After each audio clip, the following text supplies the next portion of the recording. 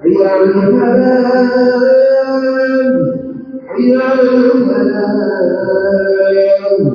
الله أكبر الله أكبر لا إله إلا الله.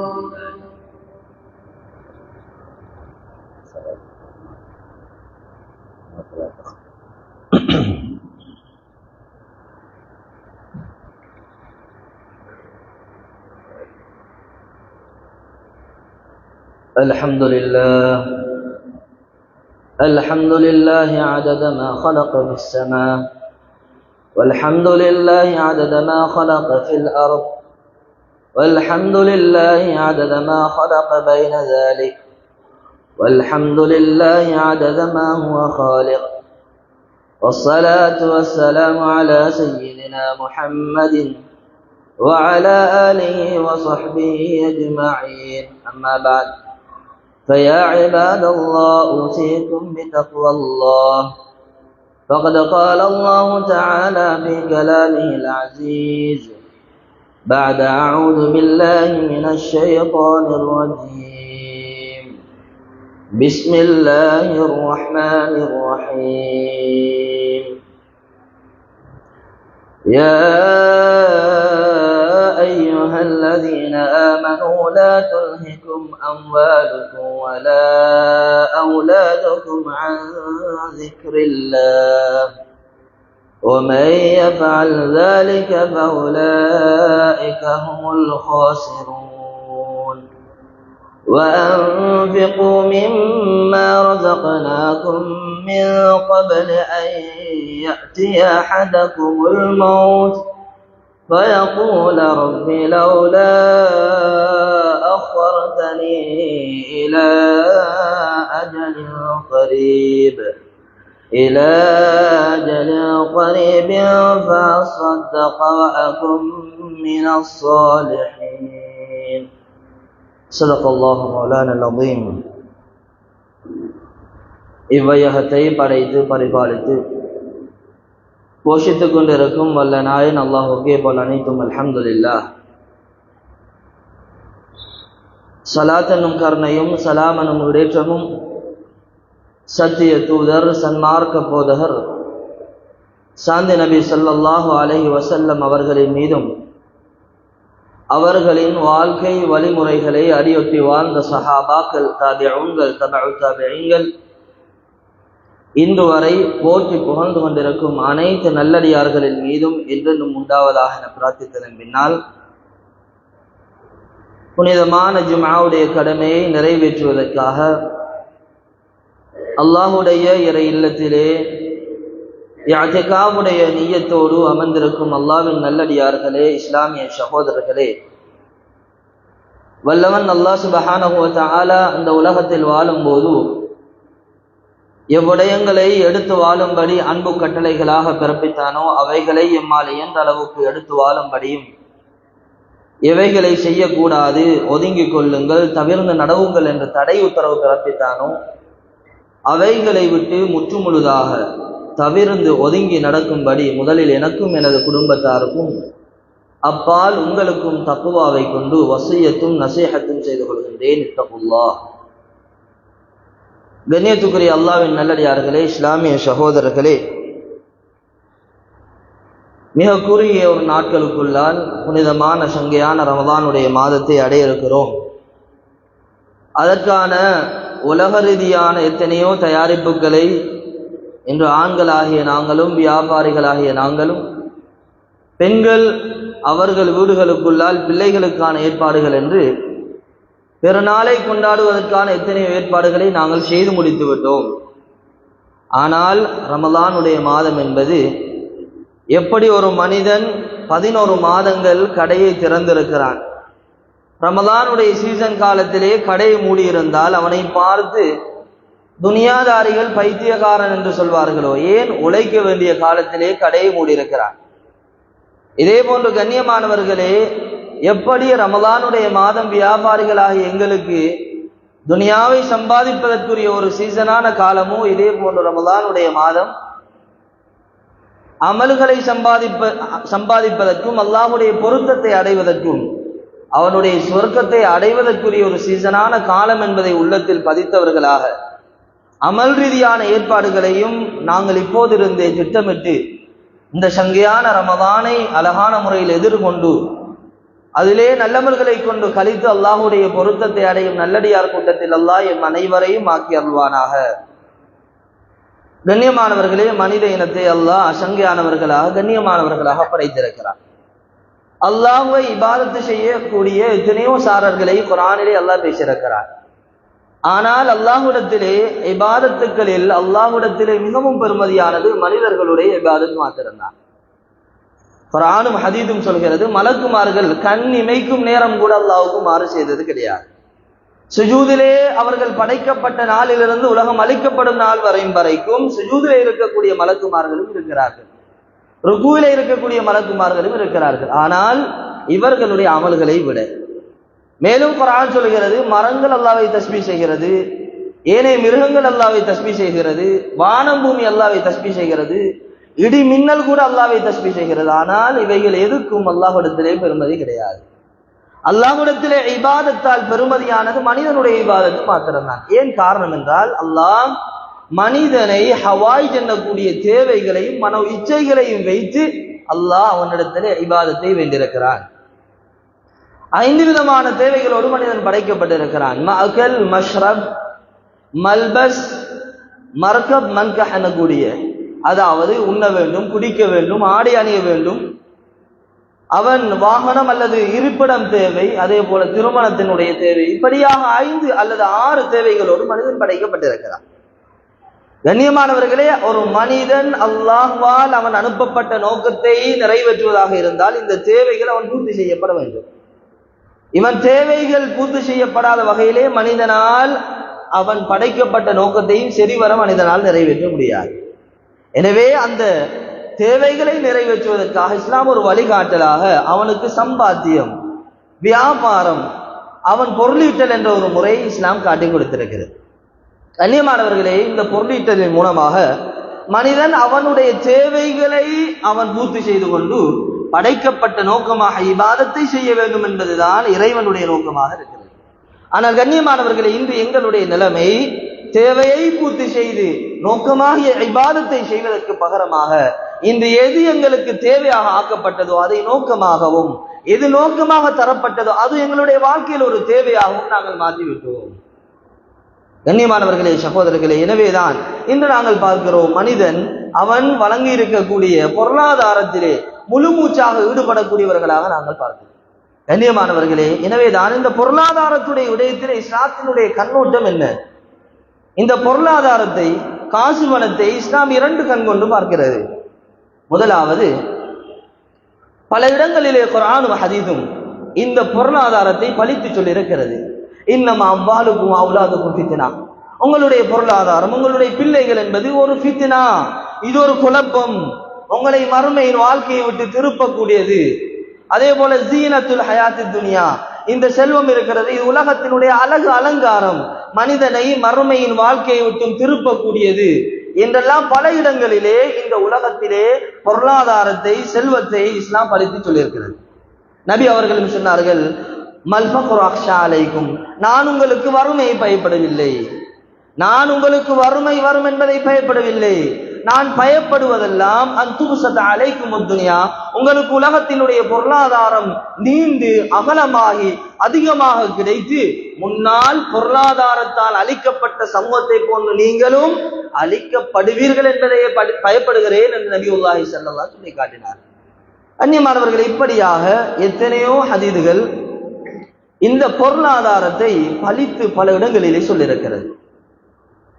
அதே நேரத்திலே மறுபுறத்திலே இஸ்லாம் இந்த பொருளாதாரத்தை சிறப்பானது, சிறந்தது என்று சிறப்பூட்டியும் கூறியிருக்கிறது. அல்லாஹ் குர்ஆனிலே சொல்லும் போது சூரத்துல் ஜும்ஆவிலே, நீங்கள் ஜும்ஆவுடைய தொழுகையை முடிந்து விட்டால் வப்தகு மின் ஃபضலில்லாஹ், அல்லாஹ்வுடைய ஃபضலை தேடிக் கொள்ளுங்கள். இது அல்லாஹ்வுடைய ஒரு ஃபضல், ரஹ்மத், அல்லாஹ்வுடைய அருள் என்று குர்ஆன் சொல்லுகிறது. அதே போல் கண்ணியமானவர்களே, அனந்தரட்சத்துடையமாக பேசும்போது இன்தரக ஹைரனில் வசியா, ஒரு மனிதன் பொருளாதாரத்தை விட்டு சென்றால் என்ற வார்த்தையை இஸ்லாம் இன்தரக ஹைரன், ஹைர் என்பது நலவு என்ற அர்த்தத்தை கொள்ளும். இஸ்லாம் இந்த இடத்திலே பொருளாதாரத்துக்கு, காசு பணத்துக்கு ஹைர் என்ற நலவு என்ற வார்த்தை இஸ்லாம் பயன்படுத்தியிருக்கிறது. கண்ணியமானவர்களே, அதே போல சூரத்துல் ஆதியாவிலே அல்லாஹ் சொல்லும் போது மனிதன் இன்னல் இன்சான் லிஹுப்பில் கைரி லஷதீத், ஹுப்புல் கைர், இந்த கைர் என்ற வார்த்தை நலவு என்ற வார்த்தை இதை இஸ்லாம், அதாவது குர்ஆன் கைர் என்பது இந்த இடத்திலே பொருளாதாரம், காசு பணத்தை சொல்கிறான். எனவே காசு பணத்திலே மனிதன் கடும் ஆசையுடையவனாக, பேராவல் கொண்டவனாக இருக்கிறான். இந்த இடத்திலும் அல்லாஹ் கைர் என்ற வார்த்தையை பயன்படுத்தி இருக்கிறான்.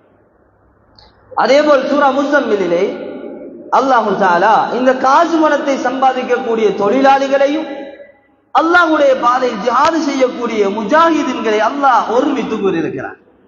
அல்லாஹு தஆலா யضربون في الارض يبتغون من فضل الله, அவர்கள் பூமியிலே பறந்து சென்று அல்லாஹ்வுடைய ஃபضலாகிய காசு பணத்தை தேடுவார்கள்.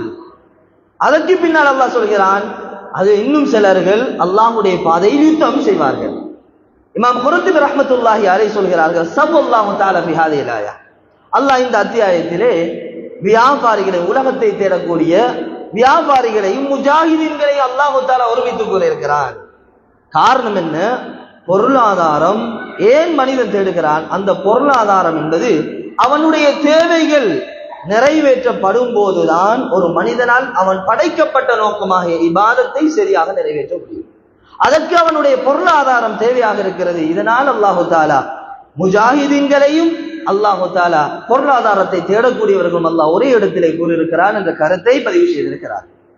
கண்ணியத்துக்குரிய அல்லாஹ்வின் நல்லடியார்களே, இஸ்லாமிய சகோதரர்களே, எனவே இரண்டு கண்ணோட்டத்திலும் இதற்கான தீர்வு என்ன? இஸ்லாம் ஒரு புறத்திலே பொருளாதாரத்தை பழித்து சொல்லியிருக்கிறது, மறுபுறத்திலே புகழ்ந்து சொல்லியிருக்கிறது. இதை கண்ணியமானவர்களே உலமாக்கள் நபியுடைய ஒரு ஹதீஸை கொண்டு வந்து இதற்கான ஒரு முடிவை சொல்கிறார். ஸல்லல்லாஹு அலைஹி வஸல்லம் அவர்கள் ஹதீஸிலே சொன்னார்கள், நிஅமல் மாலு ஸாலிஹ் லிர்ரஜுலி ஸாலிஹ், சொன்னார்கள் ஸல்லல்லாஹு அலைஹி வஸல்லம், இந்த இடத்திலே பொருளாதாரம் பழிக்கப்பட்டதல்ல, பொருளாதாரம் பழிக்கப்பட்டதல்ல. கண்ணியமானவர்களே, பொருளாதாரம் யாருடைய கையில் சேர்கிறதோ அவரை வைத்துத்தான் அது மாற்றம் அடைகிறது. சொன்னார்கள், நல்ல பணம் சாலிஹான ஒரு மனிதனுக்கு சிறந்ததாகிவிட்டது.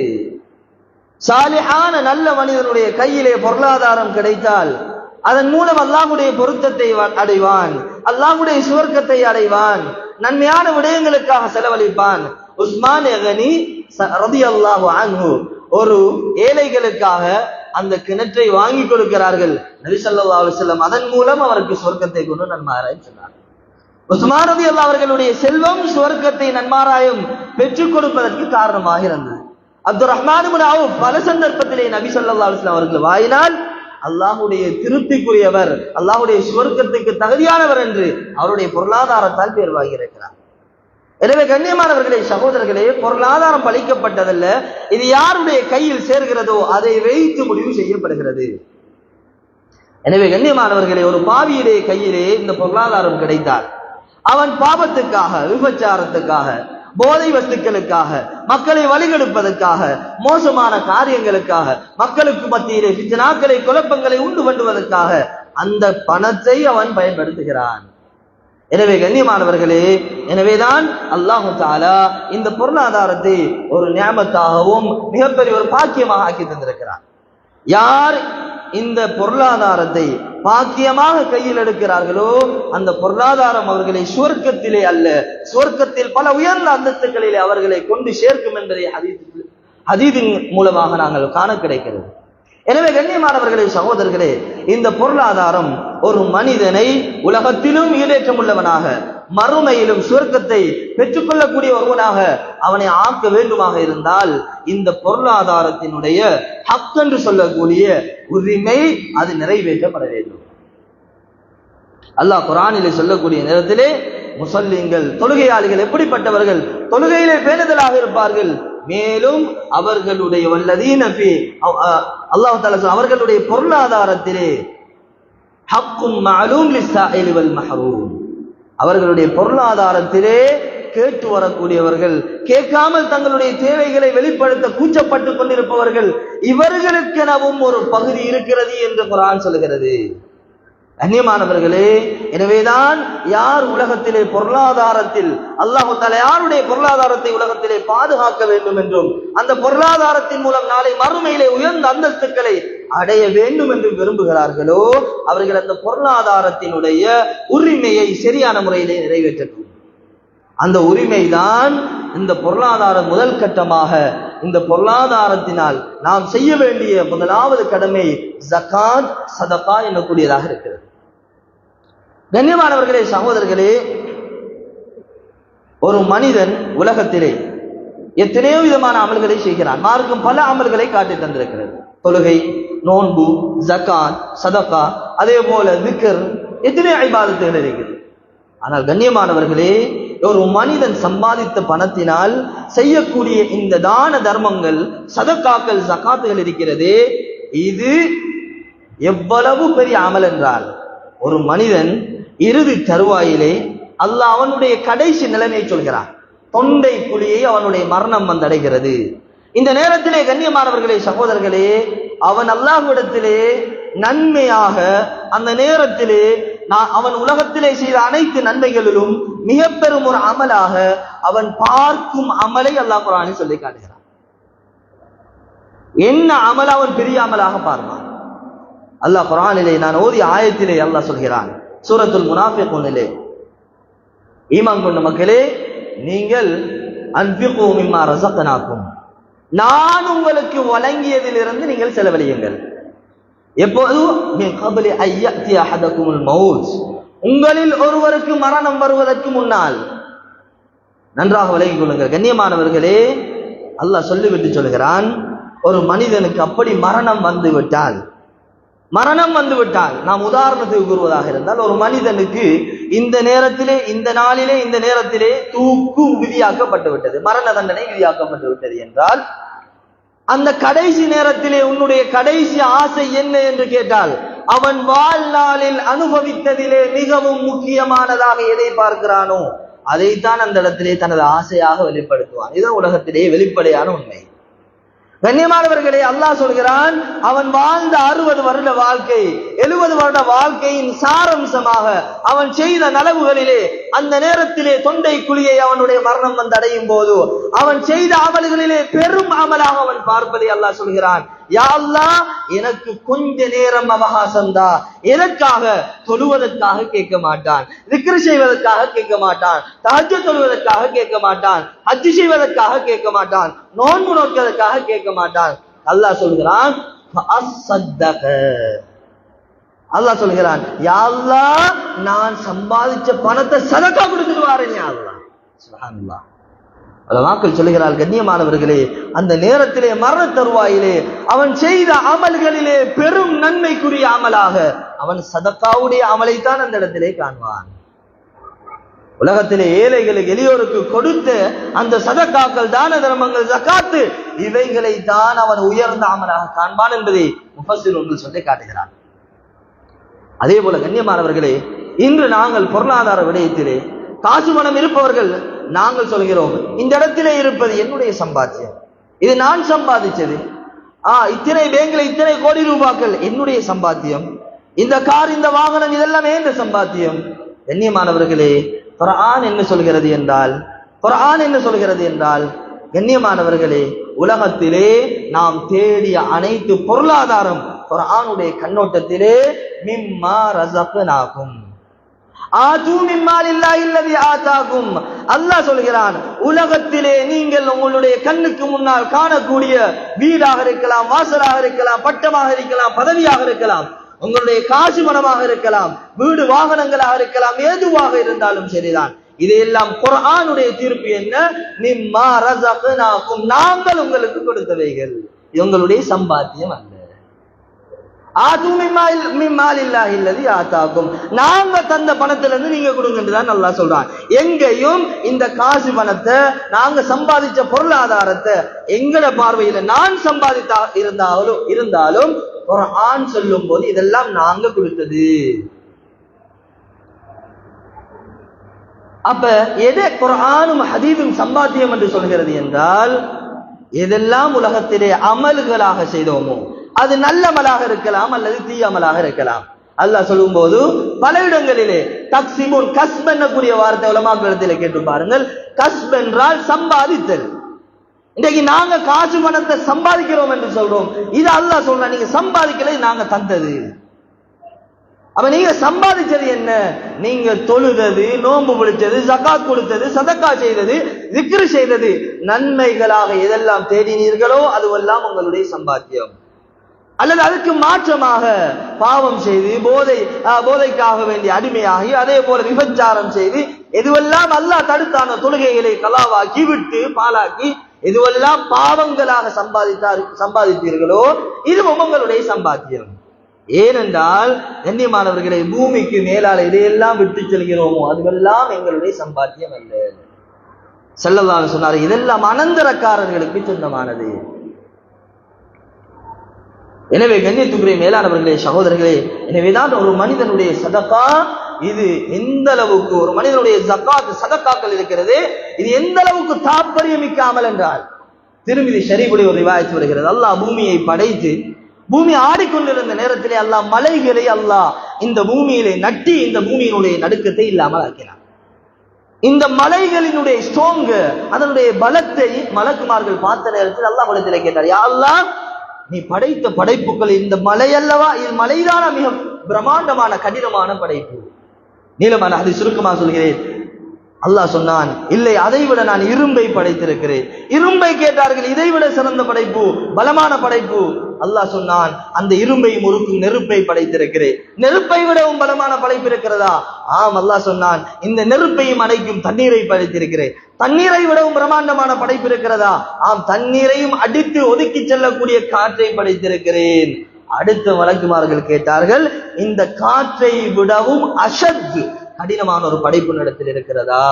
கண்ணியமானவர்களே, அல்லாஹ் சொன்னான், ஒரு முஃமினான அடியான் செய்யக்கூடிய தான தர்மம், சுப்ஹானல்லாஹ், அவனுடைய இடக்கரம் அறியாது வலக்கரத்தால் செய்யக்கூடிய தர்மம் இருக்கிறது. இது இந்த மலை வெடித்து ஒரு மக்கள் ஏற்படுத்தக்கூடிய விபரீதத்தை விடவும், இந்த காற்றினால் உலகத்தில் ஏற்படுத்தக்கூடிய மாற்றங்களை விடவும், இந்த சுனாமியால் உலகத்தில் ஏற்படுத்திய மாற்றங்களை விடவும், கண்ணியமானவர்களே, இதையெல்லாம் விட மிகவும் பெரும் ஒரு சக்தி வாய்ந்த ஒரு அமல் ஒரு மனிதன் செய்யக்கூடிய சதகா. ஒரு மனிதன் செய்யக்கூடிய ஒரு சதகாவின் மூலமாக பெரும் ஒரு மாற்றத்தை உலகத்திலே உண்டாக்கலாம் என்பதை இந்த ஹதீஸுக்கு கீழால் உலமாக்கள் சொல்கிறார். எனவே கண்ணியமானவர்களே, சகோதரர்களே, எனவேதான் அல்லாஹ் தஆலா எங்களுக்கு பொருளாதாரத்தை தந்திருக்கிறார். குறிப்பாக நோன்புடைய காலம் வருகிறது, ரமலானுடைய காலம் வருகிறது. எங்களுடைய செல்வந்தர்கள் ஜக்காத்துகளை பொதுவாக இந்த ரமலானிலே கொடுப்பது எங்களுடைய வளமையாக இருக்கிறது. எங்களுடைய காத்தாங்குடியை பொறுத்தவரையிலே கண்ணியமானவர்களே, வெளியூர் மக்களுடைய பார்வையில் காத்தாங்குடி ஒரு செல்வந்த ஊராக இருந்தாலும், எங்களுடைய காத்தாங்குடியிலே அதை அண்டிய பகுதிகளிலே 26% மக்கள் வறுமை கோட்டிலே வாழ்ந்து கொண்டிருக்கிறார். எந்த அளவுக்கு என்றால், பகல் உணவு கூட உண்பதற்கு இல்லாமல் பானையும் தேநீரிலே தொட்டு உண்ணக்கூடிய குடும்பங்களும் அடையாளம் காணப்பட்டிருக்கிறார் எங்களுடைய காத்தாங்குடி. அதே போல கண்ணியமானவர்களே, ஏன் இன்று திருமண பிணக்கு அதிகமாக உண்டாகிறது, போதைப் பொருள், அதே போல ஆண்களுடைய தவறான விடயங்களால் இன்று தலாக் அதிகமாகிறது. அதனால் பெண்கள் தங்களுடைய குடும்பத்தை, பிள்ளைகளை தனியாக நிர்வகிக்க வேண்டிய நிலைமையிலே பெண்கள் தள்ளப்பட்டு எத்தனையோ பெண்கள் இன்று கார்மெண்டுகளுக்கும் தையல் வேலைக்காக வேண்டியும் எத்தனையோ தூர இடங்களுக்கும் சீருடைகள் அழிந்து கொண்டு போகக்கூடிய காட்சிகளை இன்று நாங்கள் பார்க்கிறோம். கண்ணியமானவர்கள், ஏன் பிள்ளைகளை நல்ல முறையில் வளர்க்க வேண்டும், அவர்களுடைய பொருளாதார விடயத்திலே அவர்களை கரிசனை செலுத்த வேண்டும் என்பதற்காக எத்தனையோ பெண்கள் குடும்ப சுமைகளை தலைக்கு மேலால் சுமந்து கொண்டிருக்கிறார். கண்ணியத்துக்குரிய அல்லாஹ்வின் நல்லடியார்களே, இஸ்லாமிய சகோதரர்களே, எனவேதான் அல்லாஹ் தஆலா ஏழ்மையை ஒழிப்பதற்காக வேண்டிய ஜக்காத்தை கடமையாக்கி இருக்கிறார். ஆனால் இன்று நாங்கள் யோசிச்சு பார்ப்போம், அல்லாஹ் தஆலா செல்வத்தை தந்திருக்கிறான். எங்களுடைய செல்வத்தின் மூலமாக இந்த ஊரிலே வறுமை ஒழிக்கப்பட்டிருக்கிறார். 2006ஆம் ஆண்டினுடைய கணிப்பின் பிரகாரம் 16% இருந்த ஏழைகள் 2023ஆம் ஆண்டு கணக்கெடுப்பிலே 26%, 10% கூடியிருக்கிறார். என்ன காரணம்? கண்ணியமானவர்களே, ஜக்காத்தின் மூலமாக இஸ்லாம் சொல்லுகிறது ஏழைகள் ஒழிக்கப்பட வேண்டும். ஏழைகள் இல்லாமலாக்கப்பட வேண்டும். ஆனால் இன்று எங்களுடைய செல்வந்தர்களுடைய ஜக்காத்தின் மூலமாக ஏழைகள் கூடிக்கொண்டு போகிறார்கள். கண்ணியமானவர்களே, இன்று எவ்வாறு நாங்கள் ஜக்காத்தை கொடுக்கிறோம்? ஜக்காத் கொடுக்க வேண்டிய முறை தவறி கொடுப்பதினால் இன்று நோக்கம் நிறைவேற்றப்படாததின் காரணமாக ஏழைகளை அதிகரித்துக் கொண்டே போகிறார். இன்னைக்கு ஒருவர் தன்னுடைய ஜக்காத் பணம் என்று இன்று தன்னுடைய பொருளாதாரத்தை சரியான முறையிலே கணக்கு பார்த்து எத்தனை வீதம் என்று சரியான முறையிலே கல்குலேஷன் பண்ணி ஜக்காத்து கொடுப்பவர்கள் 110% ஆகிட்டார். குத்து மதிப்பாக ஜக்காத்தை கணக்கெடுக்கிறோம். கண்ணியமானவர்களே, குத்து மதிப்பாக எடுக்கிறது பிரச்சனை இல்ல. ஒரு சதம், ஒரு ரூபாய் ஏழைக்குரிய பணம் எங்களுடைய பொருளாதாரத்தோடு வியாபார பணத்தோடு கலந்து விடுமாக இருந்தால் 10 லிட்டர் பால்ல ஒரு துளி விஷம் கலந்தாலும் அந்த பால் உபயோகிக்கப்பட தகுதி அற்றதாக மாறிவிடுகிறது. ஏன்? அதை யாரும் பயன்படுத்த மாட்டோம். 10 லிட்டர் பால் தான், ஆனா ஒரு துளி விஷம் போதும் அதையும் விஷமாக்கி விடுவதற்கு. இது போல ஏழைகளுக்கு சொந்தமான உரிமையான ஜக்காத்திலிருந்து ஏந்த பொருளாதார பணத்தில, ஏந்த முதலீட்டு பணத்தில ஜக்காத்துடைய காசிலிருந்து 1 ரூபாய் சேர்ந்தாலும் அந்த 1 ரூபாய் போதும் எங்களுடைய பொருளாதாரத்தை அழித்து விடுவதற்கு. கண்ணியமானவர்களே, இன்றைக்கு ஜக்காத்தில இருந்து நலுவரத்துக்கு எத்தனையோ சூழ்ச்சிகள் செய்யக்கூடிய மக்கள் இருக்கிறாங்க. அல்லாஹ் பாதுகாக்கும். கண்ணியமானவர்களே, சகோதரர்கள், அது மாத்திரம் இன்னும் சிலர்கள் செய்யறாங்க. ஜக்காத் இவ்வளவு கொடுக்கும், 20,000, 30,000, 1 லட்சம் இன்றைய காசு முடிவு செஞ்சு 100 பேக்கு அரிசி வாங்கி போறாங்க. 10 கிலோ 100 கிலோ 100 பேருக்கு 100 பேக்கு அரிசி, 10 கிலோ அரிசி. இப்ப இவர் ஜக்காத்தாக ஏழைகளுக்கு குடும்பங்களுக்கு பார்த்து கூடாது. இவர் நினைச்சிட்டார், இதன் மூலமாக நான் ஜக்காத்தை நிறைவேற்றி விட்டேன். கண்ணியமானவர்களே, 10 கிலோ அரிசியால் ஒரு ஏழையினுடைய ஒரு 10 நாள் பசியத்தான் போக்கலாமே தவிர, இஸ்லாம் ஜக்காத்தின் மூலம் விரும்பக்கூடிய விடயம், ஒரு ஏழை இந்த முறை ஜக்காத்தை பெற்றால் அடுத்த முறை அந்த ஜக்காத்துக்கு உரியவனாக இருக்கக்கூடாது. இன்னைக்கு 100 அரிசி கொடுக்கிற தனவந்தர்கள் நீங்க கொஞ்சம் யோசிச்சு பாருங்க. 100 பேக் அரிசி வாங்கி போன வருஷம் நீங்க ஜக்காத்து கொடுத்தீங்கன்னா இந்த வருஷம் 110 பேராக 10 பேர் கூடித்தான் உங்கள்கிட்ட ஜக்காத்துக்காக வராங்க. அப்ப நீங்க அந்த 100 பேக் அரிசியால என்ன ஜக்காத்தை ஒழிச்சிருக்கிறீங்க? இதனால தான் கண்ணியமானவர்களே, இதெல்லாம் கருத்தில் கொண்டுதான் எங்களுடைய முந்திய உலமாக்கள் கூட்டு ஜக்காத், ஜக்காத்தை கூட்டு ஜக்காத் என்ற அடிப்படையிலே சம்மேளனத்தின் மூலமாக செய்யப்படுவதற்கான காரணம், இன்றைக்கு எங்களால் 8 கூட்டத்தாரையும் சரிவர நாங்கள் அடையாளம் காண முடியாது. அதற்காக வேண்டித்தான் பெரும் ஒரு திட்டம், பள்ளி வாயில்களை எல்லாம் மையப்படுத்தி அதற்கு ஒரு குழுவை அமைத்து அவர்கள் அதற்காக முழு மூச்சாக அவர்களுடைய வேலையை அதுதான் ஏழைகளை இனங்கண்டு மாஷா அல்லாஹ் இந்த வேலை திட்டம் நடந்து போவதை நாங்கள் கண்ணூடாக கண்டுவிட்டு இருக்கிறோம். கண்ணியமானவர்களே, எனவேதான் அல்லாஹ் எங்களுக்கு தந்த பணத்திலிருந்து சரியான முறையில் ஜக்காத் நிறைவேற்ற வேண்டும். அல்லாஹ் பாதுகாக்கணும். ஜக்காத்தை கொடுக்காம இருக்கிறது ஒன்று, ஜக்காத்தை நான் இந்த முறை கொஞ்சம் ஷார்ட் பண்ணுவோம் என்ற நியத்து வந்தாலும் அல்லாஹ் இந்த பொருளாதாரத்தை அளித்திருவான். ஒரு சம்பவத்தை சொல்லி இந்த பயான குத்துபாவை முடிச்சுக் கொள்கிறேன். அல்லாஹ் தஆலா சூரத்துல் கலமிலே ஒரு தோட்டவாசிகளுடைய சரித்திரத்தை அல்லாஹ் சொல்கிறார். நல்ல முறையில விலகிக் கொள்ளுங்கள் கண்ணியமானவர்களே. தோட்டவாசிகளுடைய சம்பவம், யமனை சேர்ந்த ஒரு மனிதர், அவருக்கு அல்லாஹ் தஆலா ஒரு பெரும் தோட்டத்தை வழங்கியிருந்தார். முதலாவது நாள் அறுவடை செஞ்ச பழத்தை விற்கிறதுக்கு முதல் ஏழைகள் எல்லாம் தேடி வருவார்கள். அவருக்கு அவர்களுடைய ஏழைகளுடைய ஹக்குகளை அவருடைய பொருளாதாரத்திலிருந்து அவர் ஜக்காத்தை நிறைவேற்றியதற்கு பின்னால் தான் அவருடைய தேவைக்காக ஏனைய அந்த பழங்களை அவர் விற்பனைக்காக கொண்டு போவார். இது அவருடைய வளமையாக இருந்தது. அந்த மனிதன் மரணித்து விட்டார். குர்ஆன் சொல்லக்கூடிய சம்பவம், நான் சொல்லும் சம்பவம் அல்ல. இவர் மரணிச்சதுக்கு பின்னால பிள்ளைகள் பார்க்கிறாங்க, வாப்பாக்கு மூளை சரியில்லை, சும்மா ஏழைகளுக்கு கொடுத்து கொடுத்து கொடுத்து இப்படியோ எங்கட பொருளாதாரத்தை நாசமாகிட்டார். பிள்ளைகள்லாம் மசூரா பண்ணாங்க, அறுவடை காலம் நெருங்குகிறது, நாங்க ஒன்றும் செய்ய தேவல, இரவோட இரவாக யாருக்கும் தெரியாமல் நைஸா போய் நாங்க அறுவடை செஞ்சு பழத்தை எல்லாம் விட்டு கொண்டு வந்தோம். இவங்க செய்யலாம் என்று உள்ளத்துல எண்ணினாங்க. குர்ஆன் சொல்லுது, இவங்க செய்யல, ஏழைகளுக்கு கொடுக்க கூடாது என்ற எண்ணம் உள்ளத்துல வந்துச்சு. மசூரா பண்ணாங்க. குறித்த நாள் வருகிறது, எல்லாரும் சகோதரர்கள் ஒருவரை ஒருவர் அழைத்து கொண்டு இரவோடு இரவாக செல்கிறார்கள். கண்ணியமானவர்களே, யாருக்கு சத்தமும் விளங்காம மெதுவாக போனாங்க. போனா தோட்டத்தை காணல, நாங்க வழி தவறி விட்டோம் போல இருக்கிறது. திரும்பி வந்து பார்த்தால் அல்லாஹ் சொல்கிறான், அவர்களுடைய தோட்டத்தை அல்லாஹ் அல்லாஹ்வின் புறத்திலிருந்து ஒரு நெருப்பை அல்லாஹ் அனுப்பி அவர்களுடைய தோட்டத்தை முழுமையாக கருக்கி விட்டான்.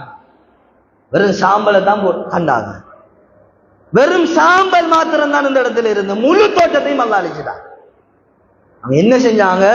ஜக்காத் ஏழைகளுக்கு கொடுக்காம இருக்கிறது கொடுக்க கூடாது என்ற எண்ணம் வந்ததினால் அல்லாஹ் இரவோடு இரவு அவர்களுடைய பொருளாதாரத்தை அழித்து விட்டார். எனவே கண்ணியமானவர்களே, சகோதரர்களே, இந்த பொருளாதாரத்தை அல்லாஹ் எனக்கு தந்திருக்கிறான், தெரிவு செய்திருக்கிறான் என்றால் அல்லாஹ் இந்த பொருளாதாரத்தினால் அவனை நெருங்குவதற்குரிய வழி அல்லாஹ் அமைத்து வைத்திருக்கிறான். அதை பாக்கியமாக நியமத்தாக எடுத்துக்கொள்வோம். ஏன் அல்லாஹ் நினைச்சா அந்த பணத்தை கலட்டி இன்னொரு அளவு கொடுக்கலும், ஒரு ஏழை கொடுக்கலும். ஏன் அல்லாஹ் என்று தந்திருக்கிறான்?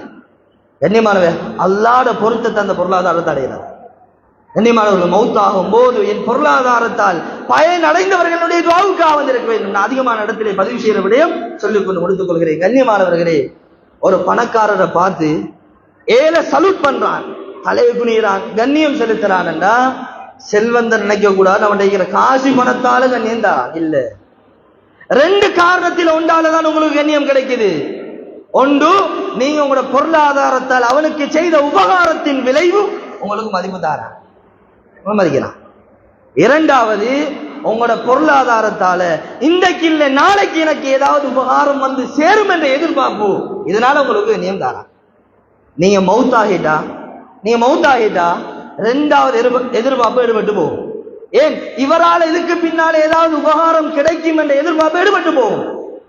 கண்ணியமானவர்களே, இந்த மௌத்துக்கு 4 ஏழைகள் என்னுடைய ஜனாசாவில் கலந்து கொண்டிருக்கிறார்கள் என்றால், துஆ செய்கிறார்கள் என்றால், இந்த பொருளாதாரத்தால் நான் அவர்களுடைய உள்ளத்தை சம்பாதித்திருக்கிறேன்.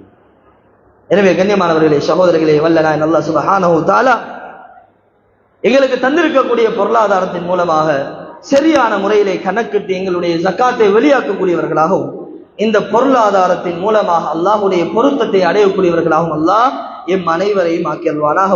அல்ஹம்துலில்லாஹி ரப்பில் ஆலமீன்.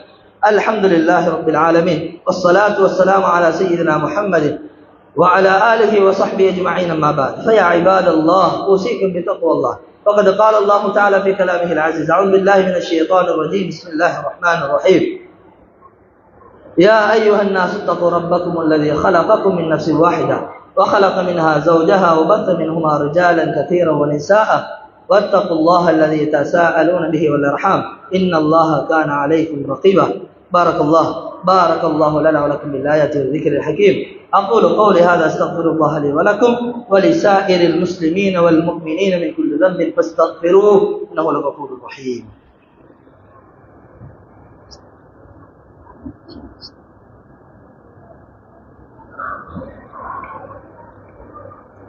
الحمد لله رب العالمين والعاقبة للمتقين والصلاة والسلام على سيدنا محمد وعلى آله وصحبه أجمعين. أما بعد، فيا عباد الله أوصيكم بتقوى الله. فقد قال الله تعالى في كلامه العزيز: أعوذ بالله من الشيطان الرجيم. بسم الله الرحمن الرحيم. والعصر إن الإنسان لفي خسر إلا الذين آمنوا وعملوا الصالحات وتواصوا بالحق وتواصوا بالصبر. وقال تعالى أيضا: إن الله وملائكته يصلون على النبي يا أيها الذين آمنوا صلوا عليه وسلموا تسليما. اللهم صل على سيدنا محمد وعلى آله وصحبه أجمعين. قال النبي صلى الله عليه وسلم: أرحم أمتي بأمتي أبو بكر وأشدهم في أمر الله عمر وأصدقهم حياء عثمان وأقضاهم علي رضي الله تعالى عنهم أجمعين وحمزة أسد الله وأسد رسول صلى الله عليه وسلم. اللهم اغفر للعباس ولده مغفرة ظاهرة وباطنة.